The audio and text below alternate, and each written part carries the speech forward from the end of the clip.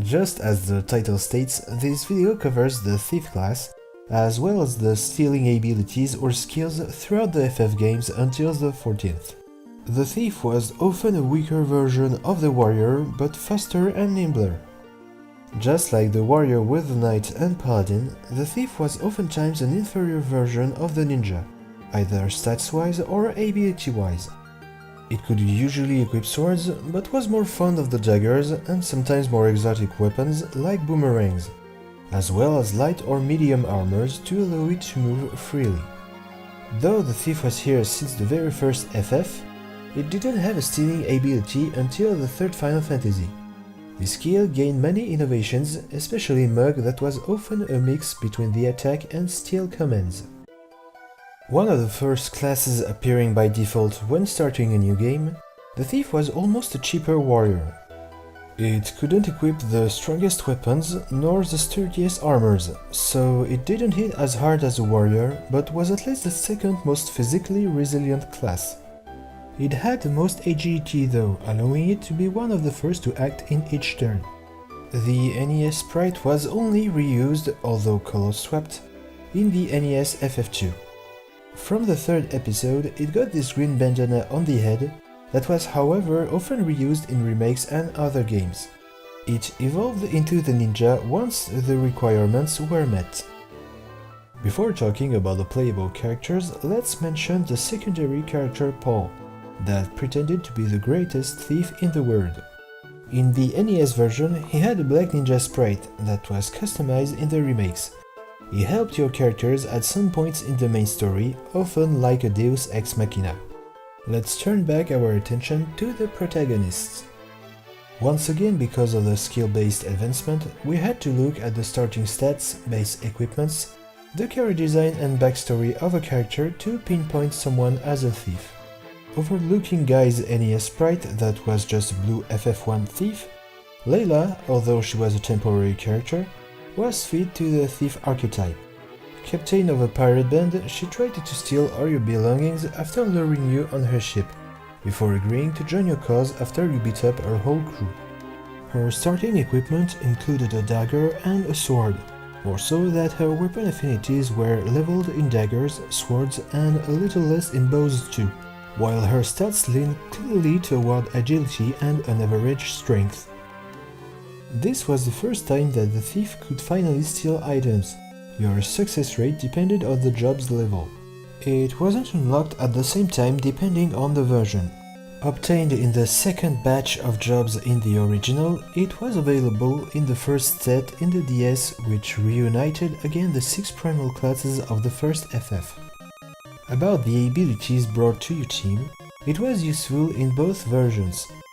It could of course steal items, but its fleeing command didn't penalize its physical defense, as opposed to any other job attempting to do the same.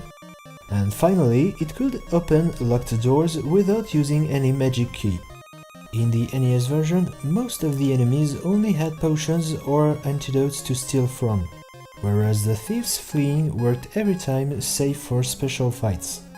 In the DS, the enemies all received 4 tiers of items to steal, and your chances of stealing from the highest tier were improved by the thief's job level. Fortunately, the game always tried to steal from the highest first, then progressively tried lower and lower until a successful or failed result. The flee command, however, could fail. You could only steal 1 item in both versions. In both versions again, the thief had a high agility and rather low magical stats. It had more strength in the NES, but more defense in the DS. No thief, but the steal command was exclusive to the ninja character Edge Geraldine. Uniqueness of this game, you could steal from the same enemy an unlimited amount of time with the following results: success, failure, or being spotted by the enemy and taking a bit of damages as a counter-attack. Although officially the Moogle command didn't originate from FF4, its remakes featuring the Lunar Ruins bonus dungeon allowed you to get an exclusive equipment for Edge called Anzo's Gloves that replaced Steal by Moogle. Moogle was a fusion between the steal and attack commands, It obeyed the same rules as Steel but deleted the risk of being counterattacked. In the after years, Edge had Mug from the beginning, whereas Steel was exclusive to another ninja, Tsukinowa. Both of these commands worked the same way as in FF4 and Interlude. The Thief was part of the first set of jobs you unlocked and unfortunately had rather low overall stats, but at least had the highest agility. It could only equip 2 categories of weapons, the daggers and for the first time the boomerangs. This was also the first episode to introduce 2 tiers of items to steal, a common and a rare one, though enemies with rare items were rare too. The Thief had a bunch of abilities. Level 1, Find Passages, that detected hidden passageways and was already passively set to the Thief. Level 2, Flee, active ability that granted 100% chance to flee fights except for special encounters. Level 3, Sprint, allowing you to go faster in exploration phases while holding the cancel button. It was innate to the Thief too. Level 4, Steal, an already set command, you could only steal 1 item like in the 3rd FF. Level 5, Vigilance, passive skill that prevented all back attacks as long as you had it set. Level 6, Mug, officially its first appearance, it was a mix between steal and attack without replacing them, so you could set them all as your abilities at the same time. Level 7, Artful Dodger. Useless to the Thief itself, you gain the Thief's agility and speed with other jobs. There was an accessory improving your chances of stealing that worked with Mug too, the Thief's Gloves, raising your 40% chances to 80%. Locke was the thief of this episode, despite the fact he hated being called like this and favored the treasure hunter classification over the former. Unusual facts for a thief, Locke was able to wear many heavy armors and shields, as well as almost all swords and boomerangs. His stats were above average in the physical area, a bit high in speed and agility, but lacking in magic. Locke had 2 exclusive relics, one raising your chances of successfully stealing items, the other one turning steal into Mug, again a mix between the steal and attack commands. Another alternative to Mug was achieved with the Thief's Knife, only usable by Locke and Shadow, the ninja, that could initiate a steal attempt when attacking. That game had the same tiers and 1 stolen item limit from FF5. The Sprint Shoes relic allowed you to run faster and every character could equip it. Little anecdote about the monsters, some of them could also mug your characters, but only Gilles. Yuffie's character design was clearly ninja-oriented, but like Edge from FF4, she also had some thief in her. Just when you tried to recruit her, a mistake in the dialogues could end up with her stealing your money. However, her starting stats were lackluster overall, although she had the highest luck. Later, in a side quest that would automatically start when you tried to go to her hometown and only if she had been recruited, she would steal all your materials and you had to track her down to get them back. The steal command was used thanks to the 3 levels eponymous yellow materia, the 2nd level replacing steal by Mug. There was also a blue materia named Steal as well, that initiated a steal attempt when linked with a magic, summon or command materia. Not all enemies had something to steal though. Those you could steal from only had 1 item and allowed only 1 successful attempt. The steal materia was available as well as Mug. This time all enemies had something to be stolen, but only 1 successful steal allowed. Contrary to the other yellow materias, both of them didn't consume any action points upon use. Yuffie appeared in this episode, and after a first mandatory encounter during the main story, she would only intervene in side missions at the end of which she would steal the rewards most of the time. No stealing ability or materia in this episode. One playable character vaguely leaned toward the thief archetype, Knives Female, in the way that she used throwing knives as weapons, lost her parents when very young, forcing her to survive on her own, which also shaped her as being quite frank and not dancing around topics. Stats-wise, she was really balanced, either magic, offense and defense speaking. Yuffie, again, appeared in the 14th chapter where she stole a bomb switch from the player characters that then had to retrieve it from her. No way of stealing anything, and Yuffie only appeared in cutscenes, nothing else to add. There was only the Mug command in this game. It was granted by a passive G-Force ability. It would then replace your attack command by Mug, dealing damages and attempting to steal an item. If you succeeded in mugging an item, you would not then receive a loot at the end, which could be hindering considering many monsters and some bosses had better end of the fight loots than stolen items. This game was a feast for the eyes for the thief job. First, one of the main, if not the main character Zidane, but also a group of thieves were all part of the Tantalus theater troupe, acting as a cover-up for their real activities. Zidane, as well as 3 other temporary characters, had the steal command. Zidane himself had his own skill set revolving around his thief archetype, and some support abilities directly tied to steal. These latter could all be cumulated, making steal able to deal a bit of damages and or to steal gears in addition to an item. This was also the first time players could steal gears from enemies. Each enemy then could have 1 to 4 items to steal from, and you could steal all of them, though your consecutive stealing chances decreased after each successful attempt, often extending quite a lot fight's duration if you wanted to get everything. Zidane's own skill set was called Skill. It only had 8 abilities with the recurring one, Flee, allowing you to instantly escape from battle, but at the cost of 10% of the gil the party would have won from the battle. Other examples are What's That?, causing enemies to turn around, resetting their ATB bars and allowing the characters to perform a back attack on them, or Detect that showed the items the enemy had to steal, listing them from the rarest to the most common.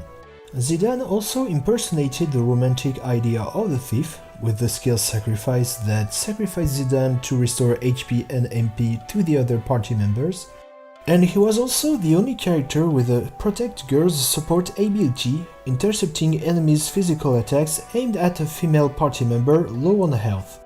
While in Trance, skill was replaced by Dyne, turning all skill abilities into damaging commands, either targeting one or every enemies. No character directly classified as a thief, but character design, base stats as well as starting spheres pointed at Riku. She started with more agility, luck and strength, and already had the steal command learn. Her weapons were claws mounted on gloves, and her protections were targes. Steel, Pilfergil as well as their damaging counterparts Mug and Nabgil could be unlocked by all characters. Monsters went back to the same FF5 tiers of items to steal from, rare and common, but could be endlessly stolen like in FF4. Each successful steal would halve the next one, though starting with 100%. Finally, stealing a machina, except the bosses, would one-shot it. This episode greeted back the Thief class with the dress sphere of the same name, which was also Riku's default one, reinforcing the idea from FF10. This dress sphere had the highest evasion stat and the second highest agility. Its other stats ranged from average to just a bit above average. Its exclusive skill set was the only one that couldn't be transferred to other dress spheres with accessories or garment grids. It comprised a lot of steal variations like Pilfergil or Master Thief, but also negative status inflicting skills like Borrowed Time or Soul Swipe. Its second uniqueness was that it was the only dress sphere doing 2 attacks instead of 1, being rather useful to improve the combos, therefore improving damages. One of the starting jobs like the warrior, this one lacks a bit of power compared to the other physical jobs, but has interesting passive skills, improving your chances at looting rare items, as well as the money, making them great additions to item hunting parties. It also has a knack for attacking in the back with more damages and even added effect for its combat skills. It retains Flee that works like a personal cooldown this time, seriously improving its movement speed, and it gets Hide that allows it to simply get around enemies or to easily use positional skills. We get again the Steal Items skill that can get another Dispel or even Absorb effect under some conditions, called Steal Aura. And of course Moogle that for the first and only time doesn't deal damages, and still deals instead of items. Of its 7 weapon types available, it is the only job with A+ in daggers and A+ in the evasion skill. It also has passive enhancing its critical damages and the only job able to execute triple attacks. The Steal skill worked in the same way as FF5 and 6, with this time 3 tiers of rarity and only 1 successful steal for each enemy. Simply looking through characters' backstory, Baleflare and Van were rather close to the idea of the thief, the first one being a sky pirate with a bounty on his head, more so that his first appearance context was during a failed break-in.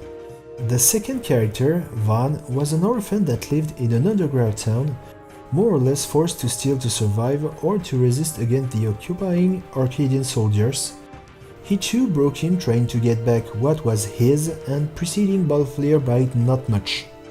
On the license part, Van, Baleflare and Fran all had steal from the get-go. However, Van also had light armors 1 and small swords. His stats started high in strength, vitality and speed, which turned him into a warrior and thief hybrid, but the thief stereotype was reinforced in his other games' appearances. Like previously explained, Van's thief archetype was more fleshed out here with his speed stats, many skills mugging stats from enemies, a passive party movement boost, and 1 personal speed cooldown. Unfortunately, there was no way of stealing items or money in this episode. There was no way of stealing anything in the 3 episodes of the FF13 saga, but there still was 2 elements reminiscing of the thief. In FF13, Hope used boomerangs as weapons, which was often exclusive to thieves. However, the similarity ended here, since Hope had a bigger potential as a healer and synergist than a commando or ravager. In FF13 Lightning Returns, Lightning had access to the Heartstealer garb that had Soul of the Thief, increasing ATB speed and stagger capability.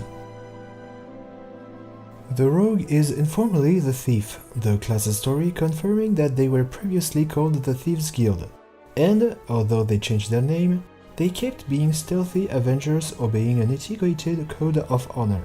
As opposed to the Warrior, the Thief here is only a class, with the downsides but also the benefits it implies, like stats lower than jobs, less skills and the complete lack of equipment sets called artifacts.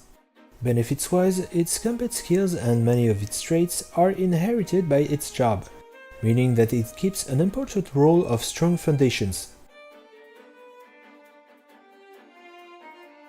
Its green suit from the first FF games is still here and is a Rogues Guild NPC's uniform. Player can get it through crafting and equip it only at level 15. However, the headpiece the NPCs use is exclusive to them. The rogue and ninjas has a little mask covering the eyes. Its main stat is the dexterity and its associated weapon is the twin daggers, which it illustrates with visually acrobatic combat skills. Although it is just a class, 2 of its skills and some of its traits are of great assistance inside and outside of fights. Hide, that makes you go invisible but slows you down, is great for making trick attacks positional, applying a vulnerability debuff on the target that can be exploited by anyone else attacking that enemy. The biggest downside to it is that as soon as the game detects that you're in a fight, you get out of hiding even if you didn't act, which makes it useless against all duty's bosses.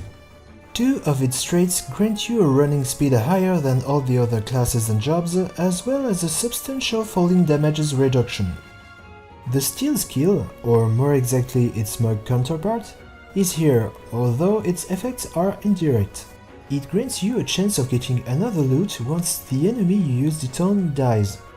This item can be claimed by any other member of your party like any other usual loot. Since Stormblood, it only works outside of duties. Compared to the Warrior once again, the Thief in FF14, after ups and downs throughout the series, plays a lesser but relevant part, especially once its job, the ninja, is unlocked, since all of its skills and traits are transferred, but the opposite is obviously impossible. Maybe it's just its destiny to act in more secret ways. Thanks for watching this video, the next one will be about the monk. Take care and have fun!